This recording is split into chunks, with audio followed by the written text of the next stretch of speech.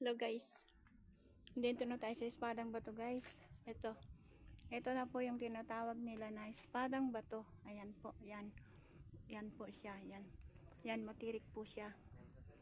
Ayan po siya. Parang espada po talaga siyang malaki. Ayan po. Dinadayo po yan ng iba't ibang lugar. Maganda po dito guys. 20 lang po yung babayaran mo sa sa entrance po doon sa barangay.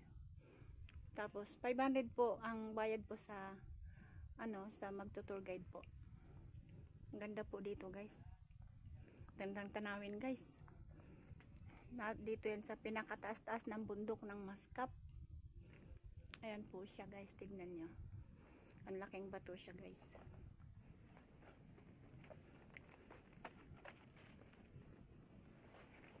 Ayan siya guys. Yan, laking bato.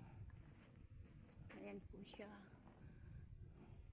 Ayan po siya, may hagdan po siya pataas. Ayan po.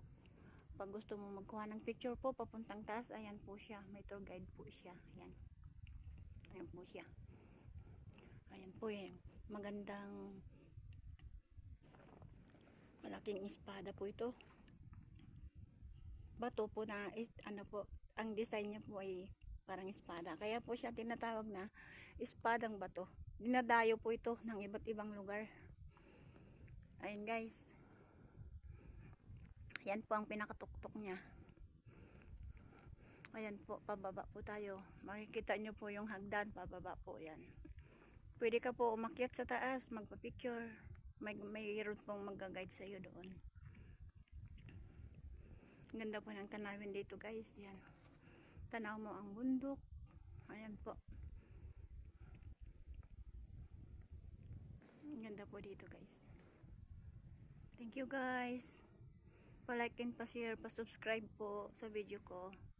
Mel Vlog po. Thank you po. Bye-bye.